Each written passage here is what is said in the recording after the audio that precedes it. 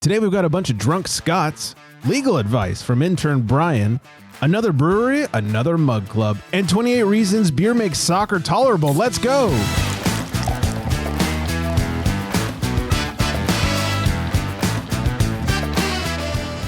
Welcome in, everybody. It's the Craft Beer Republic. Thanks for drinking, and most importantly, thanks for joining. I am Greg, and joining me from the fresh coast with no hat on, that's Flex. What's up, big fella? I always wear hats, and I admitted today that I hate wearing them with the headset. So I get it. Me too. Yeah, it's got the little bump on the top, you know, and the right on the baseball cap bump. It's always in the right spot or the wrong spot. Wrong spot. Yeah. Sense, but yeah, love me some hats. Yeah, I am not a hat wearer, so I totally understand not wanting to wear a hat. Okay, so you're on the other side. Yeah, I wish I was more into wearing hats. Like, I think I have a decent, like some people look funny in hats. Like, I think my face is like all rightly shaped for hats, but they're not comfortable for me. It's weird. I'm very picky on my hats. It has to be like certain type of hats, and I can't wear new era hats. Oh, because they make my melon look enormous. Oh, interesting. And I actually don't have a big head. So it makes it look even weirder. Oh, so you have a big hat, little head. It looks right. And it looks like very domey over the top, and so yeah, new era, not for Flex. Yeah, you're more of an old era kind of guy. Yeah, there's that 47 brand. What is that? Oh yeah, I've seen that. Yeah, isn't that like a spin-off of New Era or something? I don't know. I'm assuming it's just like another like a hat brand that was like, hey, we can make hats too. Like New Era doesn't have a monopoly on this, so right? Let's make some hats, and their hats fit me amazingly. There you go. Not a hat show, everybody. But yeah, maybe we should get into some beer stuff, huh? Maybe we should. Quick shout out to our top listening city of last week, and that was Atlanta, Georgia. Okay. Yeah, what's up, GA? ATL. First. Yeah, if you will. All right, lots to get to, but first, let's get to what Flex is drinking. In a world where craft beer is king, a world where muscles are bigger than growlers, only one tongue can guide us. One man, one tongue, one tongue jobber. In this world, we must find out what is Flex so glad this drinking. isn't a video show. I was just gonna say that. So a little backstory on this beer, if you will. I will, if you're all right with that. I did a little bit of research. We took a family trip a couple Fridays ago. There's this place near Madison called Cave of the Mounds. And it's one of those natural cave formations, as most caves are natural cave formations. But it's like one that's like touristy and fun to check out. So my wife like said, one of those like roadside attractions. Yeah, and it was really neat because I had never been there, and it's been there since like I forgot what they said, like 1937 or something like that. But yeah, so it was neat. We drove out there like 2 hours to check out this thing, and of course I was like the nerdy dad who was more amazed by it than my kids and anybody else, and I was asking questions and took a shit ton of pictures, which is very unlike me. So that's how you know I was very interested in this. And I learned a lot about caves, and that was neat. But we had some lunch, and my wife was like, "Hey, I heard this Grumpy Troll Brew Pub is supposed to be really good." So I went to this place called the Grumpy Troll Brew Pub, and you know, when you go to brew pubs, it's like very hit or miss, and you should usually stick with the classics. Yeah. I did not stick with the classic. I picked the hazy on the menu, and it was fine. It was good. Okay. It smelled a little malty. It was hazy. All right. But on the palate, the malt didn't really go over on the palate. So I was kind of psyched about that because, you know, I hate that malty flavor. Yes, especially in a hazy. Right. So we got done with lunch. And we got in the car, and my wife said, "Hey, didn't you say New Glarus is nearby?" And I said, I did, and I looked it up, and it was about 24 minutes south of us. So she said, "Let's go." So I got to go to the Holy Grail of Wisconsin brewing. Oh, shit. And it was cool, but I do want to say it was a bit underwhelming. Oh, Like I expected, I don't know, I think just like a bigger production Huh. than what it was. sure. Okay. And it is in like the middle of nowhere, which was kind of eerie. Like nothing but farm fields and hills everywhere. And then you have this little brewery, and where you would buy like their beer and their gift shops and their souvenirs and everything was in a completely separate building across the street. Oh, weird. And they did have a big sign that says beer here, like buy beer here. But it was neat. You went inside, of course they had shirts and koozies and all the beer collectible kind of things you want. And they had then their beer sales room. They had every single beer that they brew at that time, and they had it in 12 packs. They had it in 6 packs or 4 packs, and they had everything in there that you could buy as a single can or bottle as well. Oh, nice. So, yeah, so I walked away with like 14 cans/bottles. Everything there you can get anywhere in the state distroed. Sure. So it's not like anything is like crazy special. But again, it's like the ambiance. It's, when in Rome kind of thing. And so we drove over to the other side of the street where the actual brewing facility was. And I don't know, tap room, beer garden, I guess you want to call it. Mm-hmm. So it's kind of neat where you go up into the facility. And they have like those keg trucks, like those tap trucks in there. They have one of those. And you go to the hostess stand and they ask you if you want a taster or if you want a pint. Okay. So $8 for a pint, but you keep the glass. Oh, nice. So $8 for a glass and a beer, not a bad gig. Yeah. Pretty good on the flexometer. Yeah.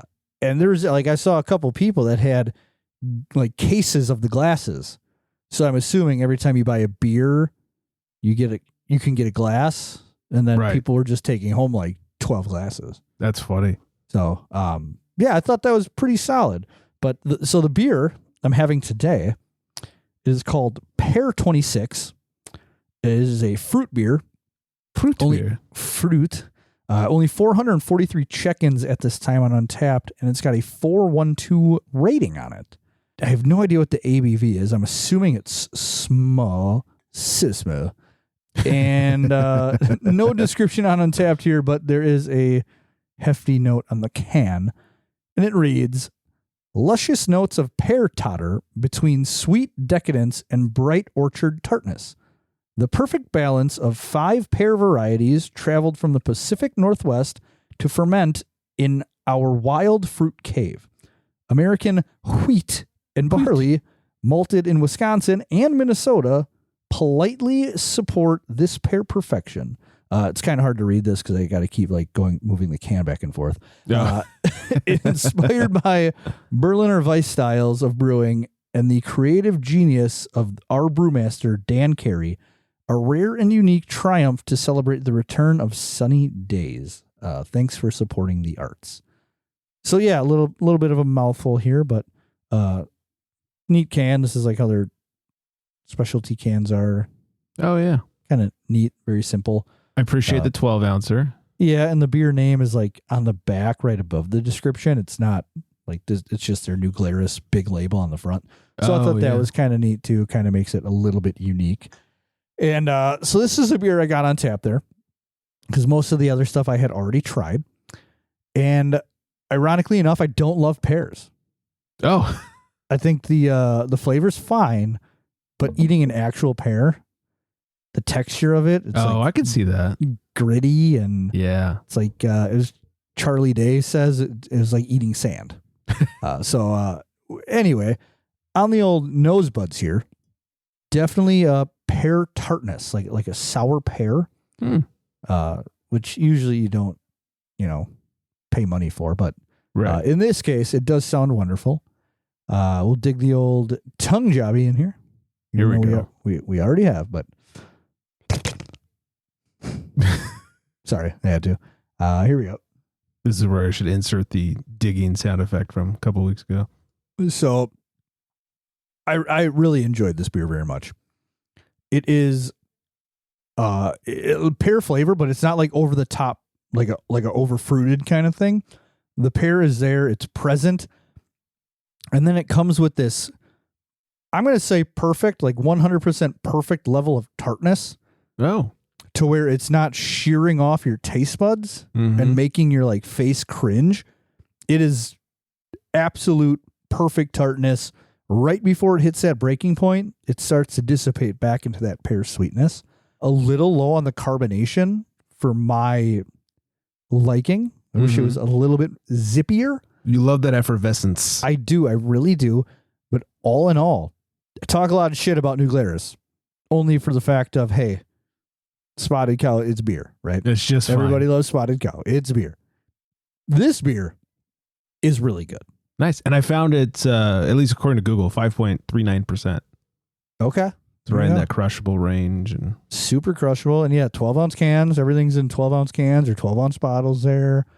Big fan of that as well. yeah. Bring back the 12-ounce cans, man. I agree. Nobody wants to be chugging those 16-ouncers anymore. Right. Especially when you got those big boy 8% hazies or whatever. It's like, give me some 12ers so I can get through a couple of these. Yeah, have two of them. Yeah, I can have two, and they can be two different ones. I don't have to have, just one of the same beer or whatever. Yeah. Call me old man, but bring back those 12ers. I'm a grumpy old man. I will say, though, the 16-ounce can just visually is a sexier packaging than a 12-ounce can. Oh, absolutely. But I appreciate the 12-ounce. I mean, you just look at yourself holding a 12-ounce can to holding a 16-ounce can. Yeah. It's kind of like dick size, isn't it? I was going to say that's kind of where porn got its luster, but but not a porn show. Not a porn show. Could be, but it's not. Well, very nice. I did some research as well. I had to go up to San Francisco last week for work, as I do all the fucking time. And there was this place that I had never heard of that was about a block from my hotel that I've stayed probably within a block or two of at least 3 different times. I'd never heard of before. And you would think with the name that this would be somewhere I go all the time. It's called the Beer Hall. Okay. Yeah. I would say that's right up your alley. Yeah. And I was looking for dinner, and I'd looked on their Google, whatever. And, they had like wings and burgers and I think some pizza or flatbread type stuff. So I was like, yeah, let's go check it out. So went in there, had some wings. First of all, great wings. Chef's kiss. Really enjoyed them. Then I had a couple of beverages. Had myself a hazy. I don't remember where it came from. It was fine. It was serviceable. Nothing wrong with it. But then I noticed they had double dry hopped Pliny on tap. Elder. Okay. And I have seen it, on the grams and whatever for years. I've never come across it in the wild. And I was like, this motherfucker needs to have some double dry hop Pliny. So I did. And? Delicious. Okay. Like, it reinvigorated my boner for Pliny. Because, me, I'm pretty down on Pliny, on Elder especially. You're like Russian River. You're like, it's good beer, but... It's a great beer, but it's nothing to, ship across the country or anything. Right. Double dry hopped, fucking delicious. So it's funny you say this, because Pilot Tom was in San Diego this past weekend. Oh, shit. And he texted me himself a glass of double dry hopped Pliny. What did he say about it? He said, DDH Pliny on draft, so fucking good. Pilot Tom is correct. Okay. So that is quote of the year right there. Yeah. So fucking good. I was pleasantly surprised because look, like I said, Pliny, good beer, solid beer, standard when it comes to IPAs, but just it's old school and that doesn't quite do it for me these days. But that double dry hopped, if you haven't had it, if you see it, I definitely recommend it, especially if you're in a similar boat as I may be. So is that something they ever package, or is that something that just goes out on tap randomly? I've seen pictures of cans on the gram. Like I think they're blue cans. So yes, so I'm pretty sure they package it. I don't know how frequently or how wide they distro and that sort of thing. So I've never seen it down here, but I see regular Pliny and Blind Pig and a lot of their sours all the time now. Like it's pretty frequent down here. It's not the chase that it used to be for sure. But I've never seen the double dry hopped in the wild. So if I see a can, I will definitely get it and have it on the show. Cause it was good. It deserves some recognition. It was really good.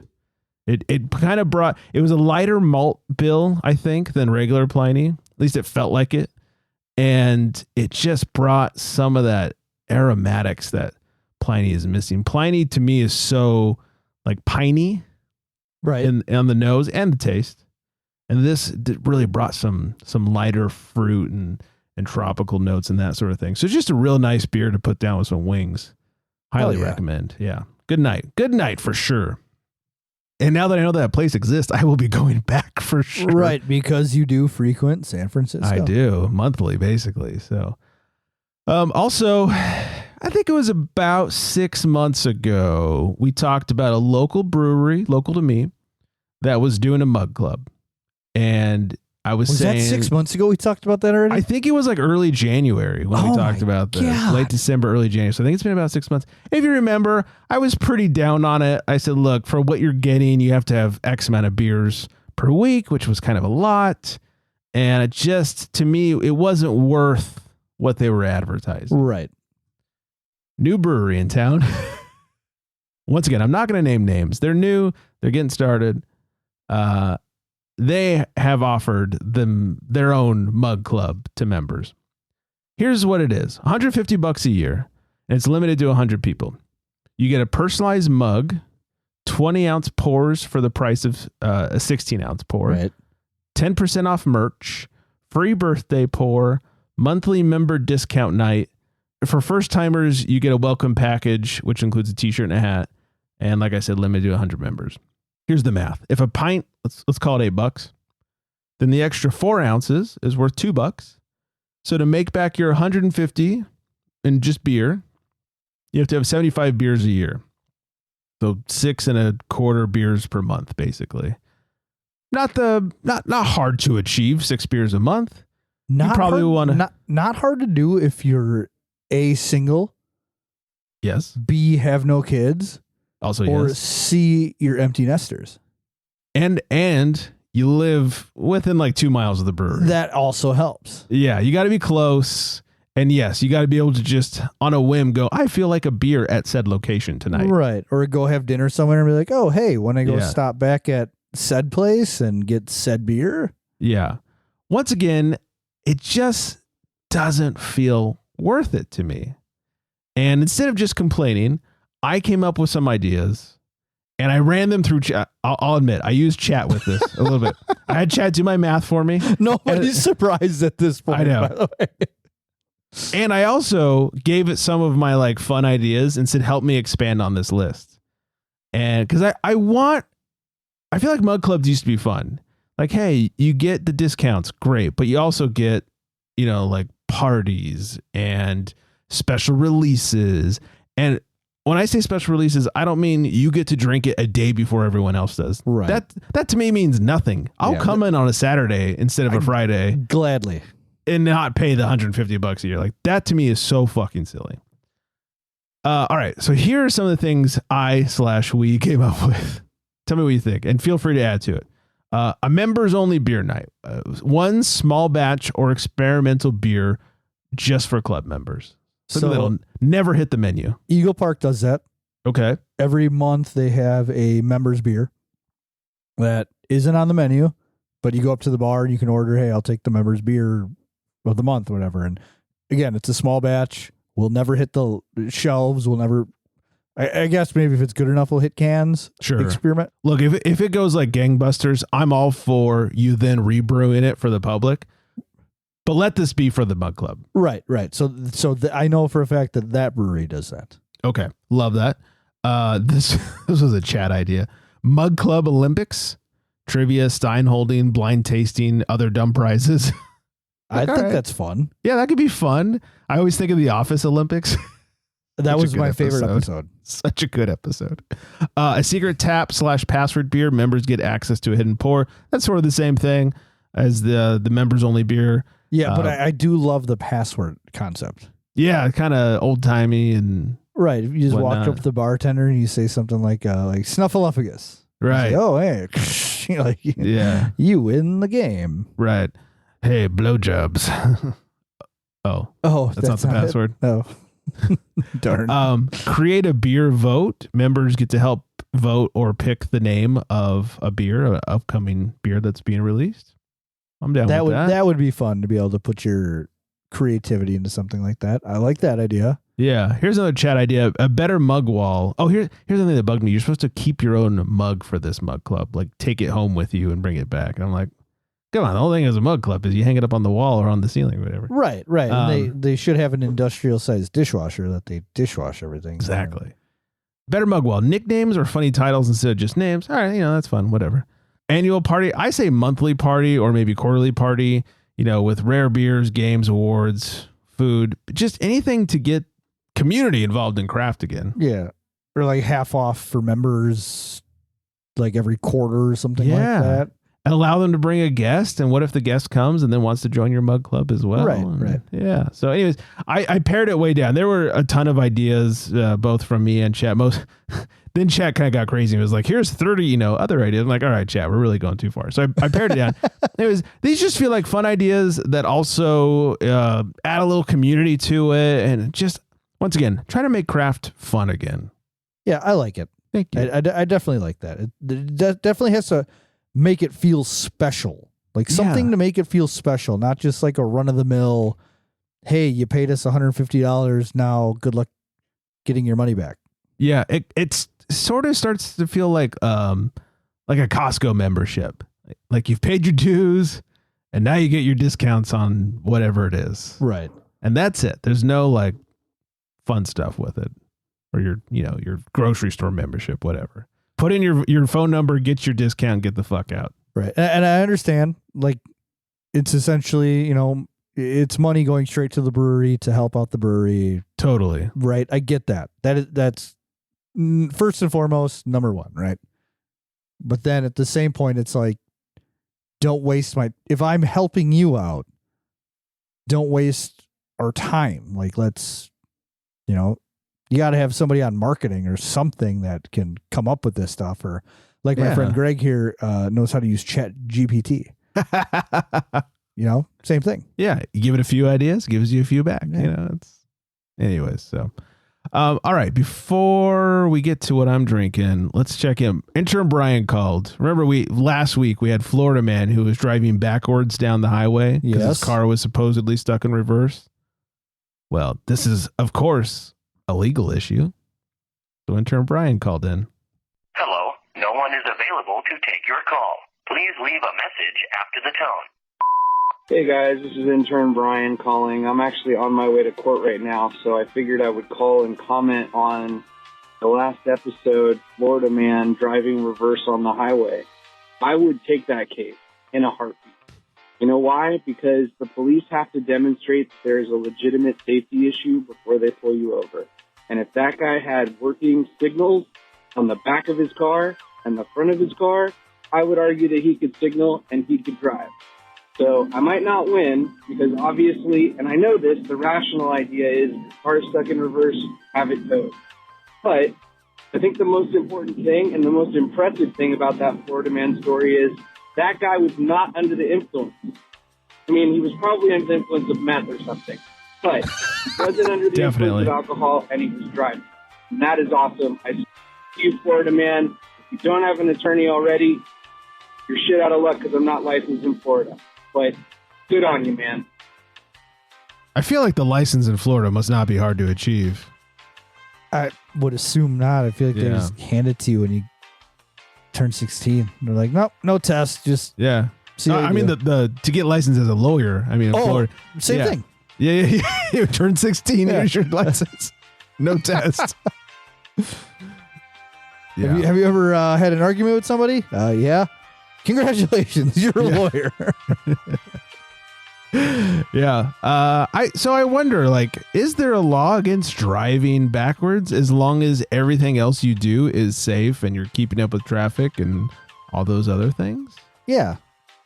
Is that something? I don't know. Maybe your famous AI could let us know that. I guess maybe famous AI could. But thank you, Intern Brian, for providing some legalness to that story. 805-538 beer is the number to call. Can we make that like a segment? Like Intern Brian shares some legal advice? We should. I'm sure he'd love to give out tons of free legal advice. Well, not so much for listeners, but okay. Just we do stories on the show, or we say something, or have something brought up, and intern Brian can just shed his little intern light on us. And his intern light, yeah. We should, especially like Florida man stories when they get arrested and shit. That would be good. Yeah. The world needs more intern Brian. Maybe I was so tired at the time, I didn't even realize that he wasn't under the influence. Well, I mean, I still have the clip. He sounds under the influence. I don't think the story specifically had like a BAC on it. Okay. You got multiple people calling on you driving in reverse on 100. Listen, the car was stuck in reverse. Well, I mean, I didn't think I didn't think that was that bad. When you know what I'm saying, I wasn't even swerving or anything like that.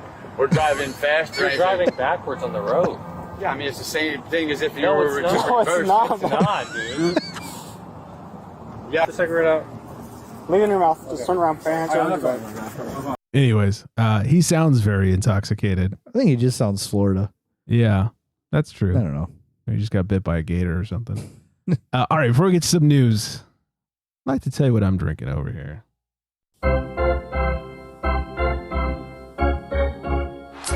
He calls to the bullpen for Beer. Yeah, he does. I was telling Flex before the show started, I'm having a hard time putting this beer into words. It smells good, but I can't quite tell you other than like it's got some nice tropicalness to it. It smells light, maybe a hint of melon, and like it tastes good. But once again, it's very like nondescript, but I'm also very much enjoying it. So I am drinking Separation Anxiety from Mother Earth Brewing Company. It's kind of a cool can. If you can see, it's like someone looking through blinds or whatever. Oh, yeah, I like that. Yeah.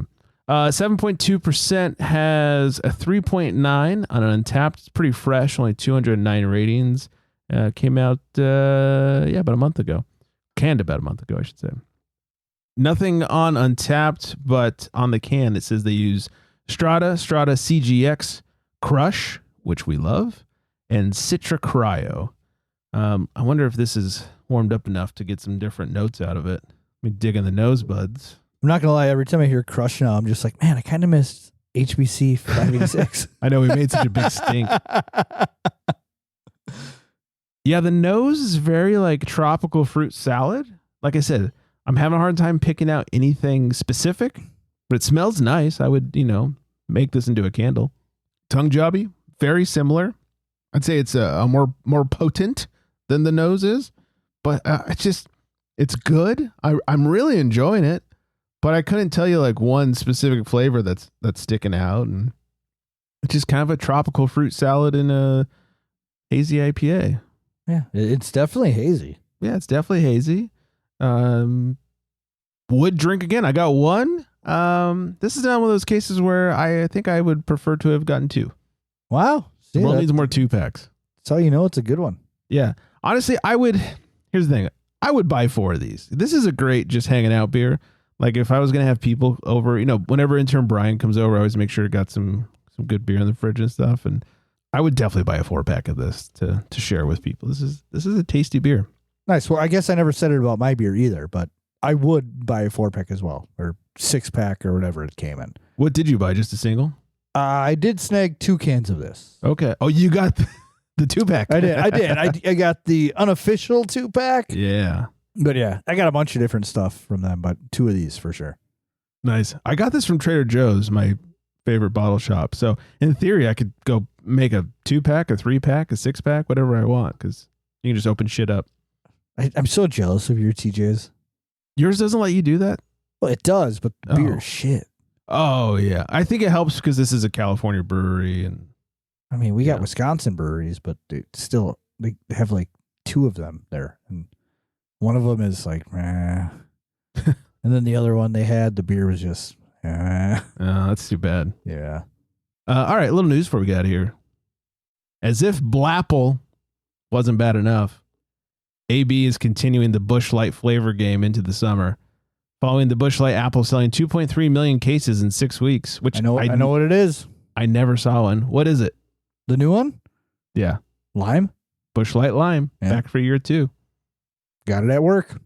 Oh, do you? I think it's gone already. Are people searching it out like they did the Blapple? They must be. Why? Dude, I don't know. So my brother-in-law, I can't remember if I said this on the show. He went up north to his best friend's campsite. You know, they're on like a campground. Mm. And it was the first time he ever had a Busch Light because that's all that they drink up there. And like his mind was blown. Oh, and he's been drinking Busch Light ever since. And I did try one. I think it was late last summer just to appease him. But I don't get it. Busch Light is just not. No, I've had good. regular Busch Light. No, it's not good at all. Yeah, it's not good at all. So the fact that people, I've never had the flavors either, but the fact that people are up in arms about these flavors, I just don't get it. How good could it be? And if it came in anything less than a 12-pack, I'm going to tell you, like, give a big maybe. Right. Maybe I would buy it just to try it, but I'm not going to buy a 12-pack. At this point, I think I'd buy a 12-pack just to try it, to see what the hype was about. And then I'd just start offering cans to, anybody who walked by my house. I guess that's not a bad idea. Yeah. Hey, kid. Want a Blapple? Damn it. So the apple ones, they gross me out because when I first started drinking beer as a 9-year-old, Leinenkugel's had this holiday apple beer that they used to come out with. It was fucking delicious. But I drank so much of it because I hated the taste of actual beer. Oh, sure. So now anything apple flavored beer wise really, really hits my gag reflex. Yeah. And it's really tough for me to handle. Yeah, I feel I'm similar with pumpkin. One of the many reasons I hate pumpkin beer is because early in my drinking career, someone brought, I think it was a 6-pack of who knows what. This is a million years ago, like 20 years ago. A 6-pack of some pumpkin beer over. It was like Halloweenish time. And we just proceeded to drink. I think I had it must not have been a 6-pack because we had a ton of them. It must have been like a 12-pack. And we just drank a ton of them. And then I got sick on pumpkin beer. And then she got sick on pumpkin beer. It was a nightmare. I was like, this is gross. Sounds like the inside of a pumpkin. Mm-hmm. Like if someone threw up in it. Yeah. Yeah. Gross. Anyways, not a puke show. Yeah. Apparently it's a Busch Light Lime show, though. So it is. You're welcome, brother. Free ads. Busch Light. Go on with the story. That was it. That was it. Okay. Yeah, so, Boston.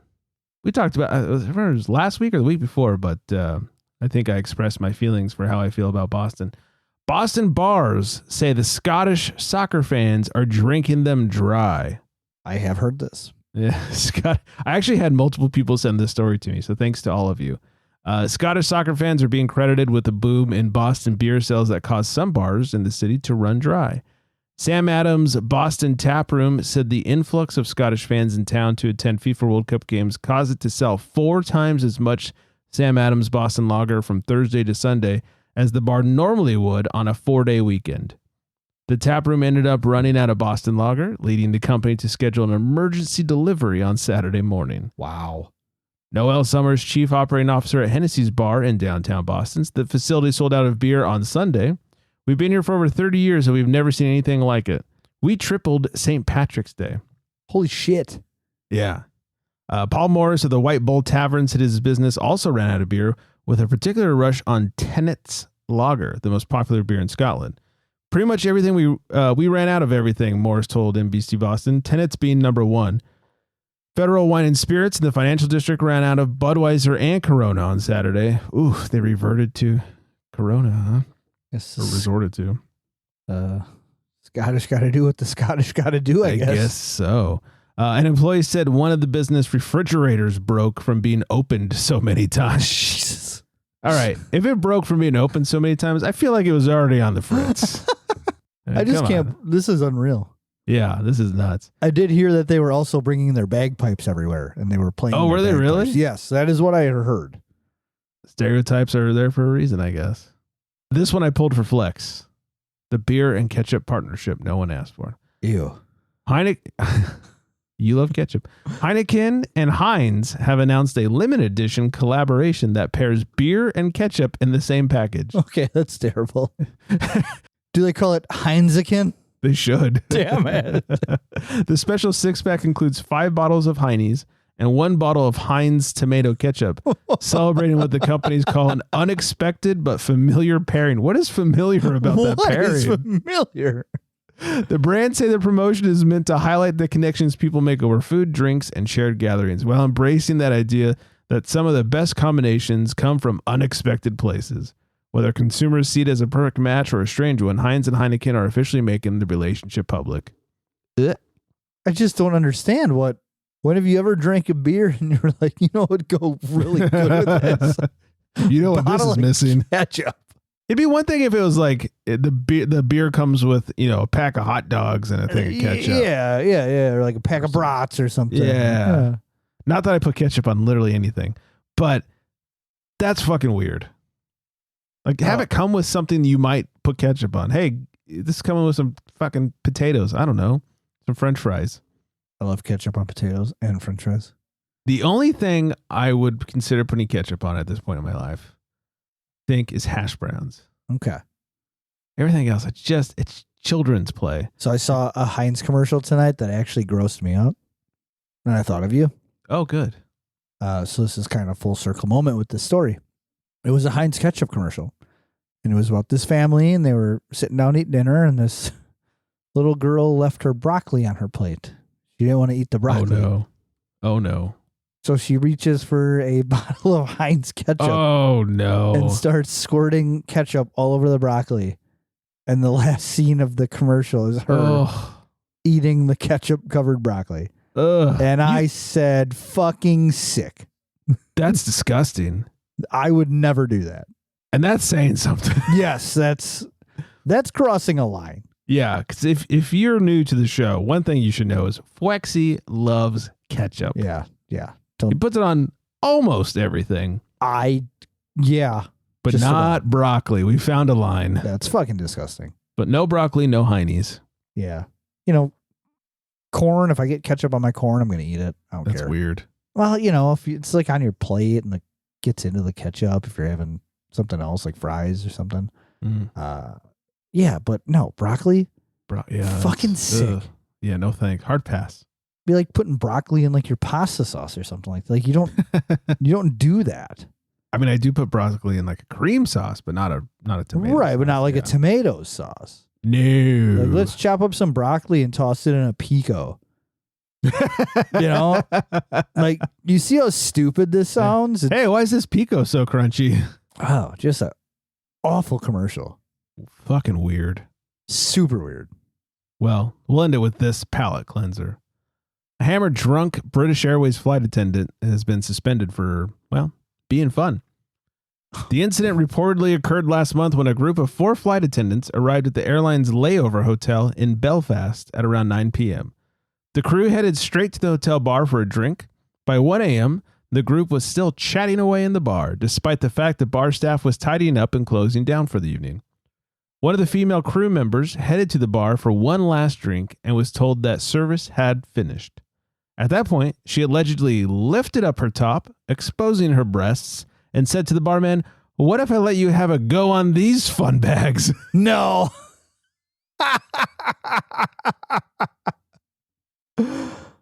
Oh, it's so good. The barman not only refused to accept the proposition, but reported the flight attendant to managers who, in turn, informed British Airways of the incident.